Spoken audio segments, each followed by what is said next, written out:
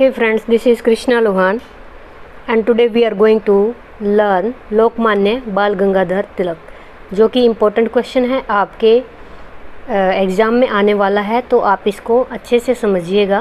Question थोड़ा lengthy है, लेकिन फिर भी मैंने कोशिश की है कि इसको मैं थोड़ा आसान लैंग्वेज में आपको लर्न कराऊं।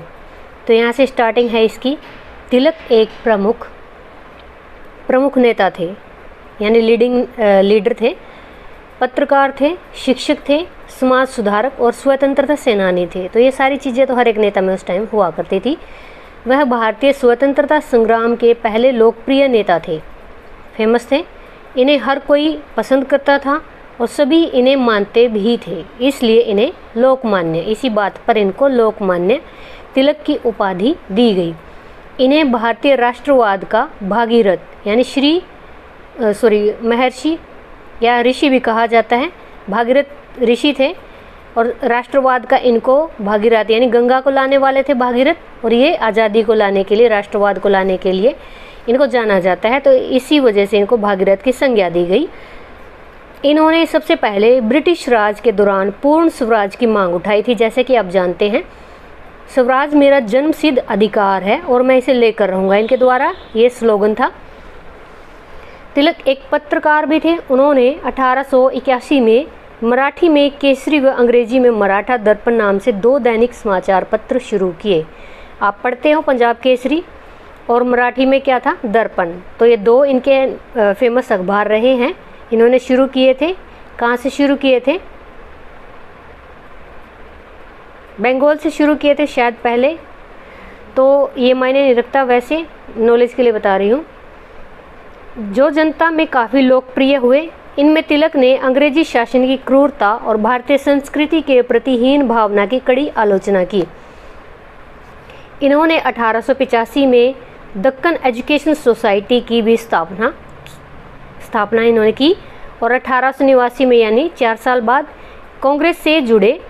सन 1891 में एज ऑफ कॉन्सेंट विधेयक के खिलाफ कदम उठाया, जिससे विवाह की आयु, एज ऑफ कॉन्सेंट यानी जितनी उम्र होती थी पहले शादी की, उसको एक लॉ यानी कानून माना गया था, एज ऑफ कंसेंट के नाम से आर्टिकल, उसके खिलाफ इन्होंने आवाज़ उठाई और विवाह की आयु इन्होंने लड़की की 10 से बढ़ाकर 12 वर्ष कर दी। यानी उस समय लड़की की शादी 12 वर्ष में होती थी।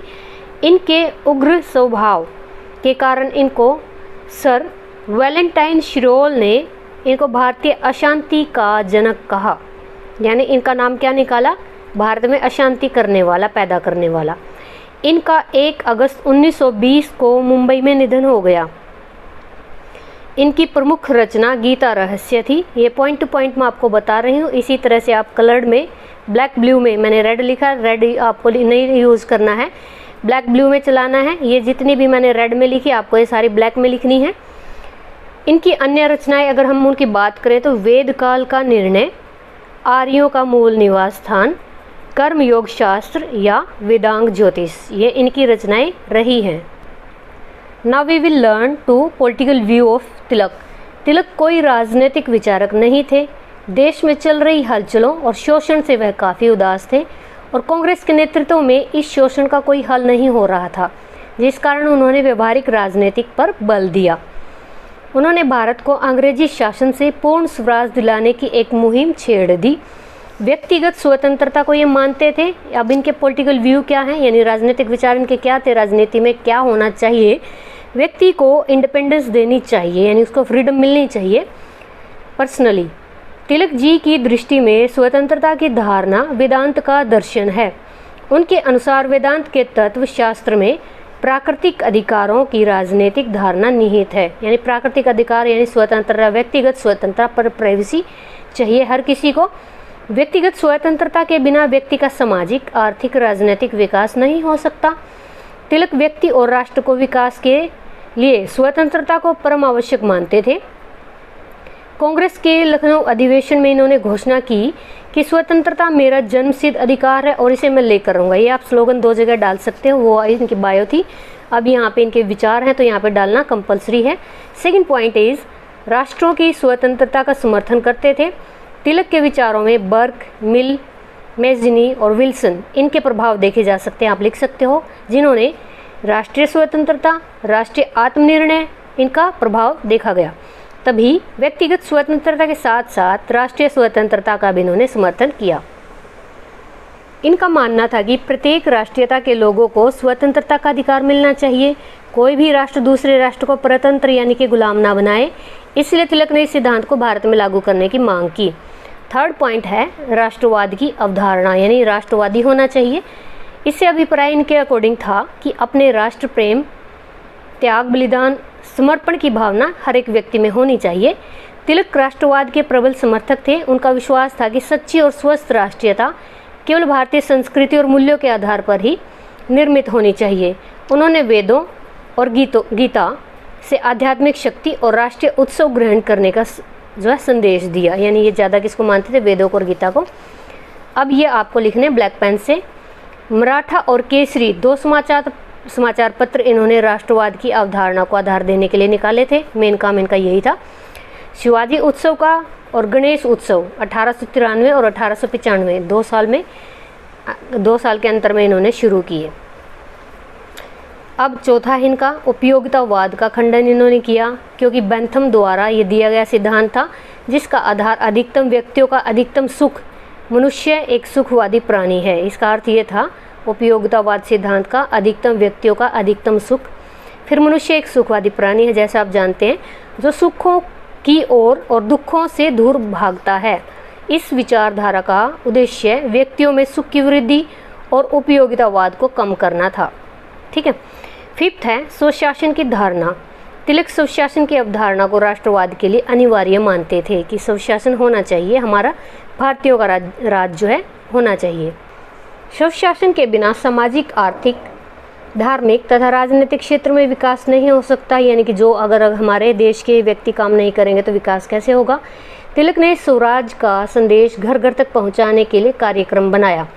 इसके लिए उन्होंने होम रूल की स्थापना की। कब की? 1916 में। और इसे नैतिक आवश्यकता के रूप में रखा। किसको रखा? होम रूल को रखा, इसके उद्देश्यों को रखा था। स्वराज्य का अर्थ सम्राट के शासन का उन्मूलन करना, यानी अंग्रेजों को हटाना। किसी देशी रियासत का शासन कायम नहीं करना। हमें मंदिर के देवताओं को नहीं हटाना है, बल्कि पुजारियों को बदलना है। यानी हमें अंग्रेज तो चाहिए, लेकिन अंग्रेजों के अंडर काम कौन करेगा? हमारे भारतीय। बहुत अच्छी कोटेशन है, कभी भी मत भूलिएगा इसको। 6th पॉइंट, राज्य एक आध्यात्मिक संस्था होती है कि उसके उद्देश्यों में व्यक्ति का सांसारिक और परलौकिक दोनों प्रकार का कल्याण होता है। तिलक उपयोगितावाद दर्शन को स्वार्थवाद को बढ़ावा देने वाले विचारधारा मानते थे। उनके मत के अनुसार, उनके विचार के अनुसार राज्य एक यांत्रिक संस्था नहीं है, यानी किसी और के द्वारा चलाई जाए ऐसी नहीं है, जिसका उद्देश्य मात्र भौतिक सुख सुविधाएं प्राप्त करना नहीं होता, बल्कि यहाँ रहने वाले नागरिकों को यांत्रिक सुख प्रदान करना है।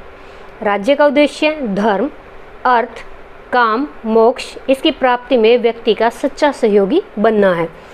7th पॉइंट है स्वराज्य प्राप्ति के साधन। तिलक ने अपने समाचार पत्र में केसरी में लिखा कि हमारा राष्ट्र एक वृक्ष की तरह है जिसका मूल न स्वराज्य है, वह स्वदेशी और बहिष्कार शाखाएं हैं। यानी कि जिसका मूल स्वराज्य है, स्वदेशी और बहिष्कार इसकी शाखाएं, इसकी ब्रांचेज हैं। अब इन्होंने स्वदेशी और बहिष्कार को क्या संज्ञा दी थी? शाखाओं की और मूल की दी थी। स्वदेशी जो है तिलक के अनुसार आत्मनिर्भरता का सूचक माना गया है, यानी कि आदमी जो है सेल्फ डिपेंडेंट हो। इससे देश के उद्योगों को प्रोत्साहन मिलेगा जो अंग्रेजों की दमनकारी नीतियों को कुचल सकेगा। यानी जब आदमी खुद से डिपेंड हो जाएंगे तो वो अंग्रेजी नीति की तरफ, उनके लालच की तरफ, उनके क्लर्क बनना पसंद नहीं करेंगे, अपने बेस पर काम करेंगे, अपना विकास करेंगे।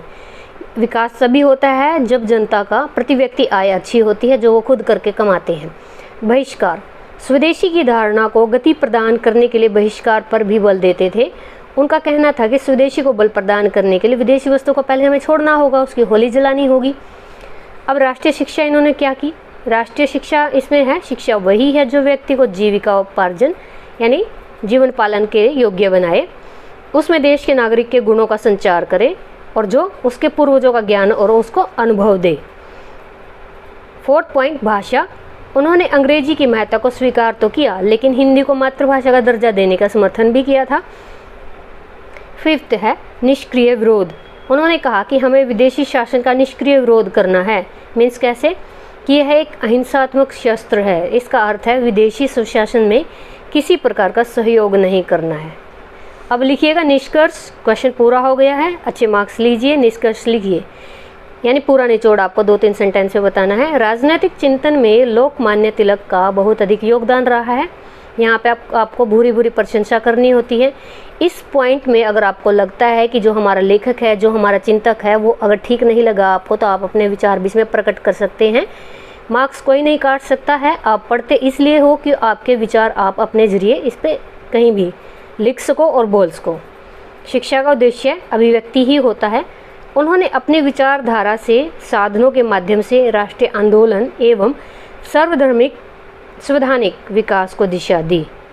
उन्होंने अपनी विचारधारा से साधनों के माध्यम से राष्ट्रीय आंदोलन संवैधानिक विकास को दिशा प्रदान की। तो इसका निष्कर्ष था। क्वेश्चन के एंडिंग में ज़रूर लिखिएगा। क्वेश्चन कंप्लीट तभी होता है जब इसका निष्कर्ष क्लाइमेक्स आप लिखते हो।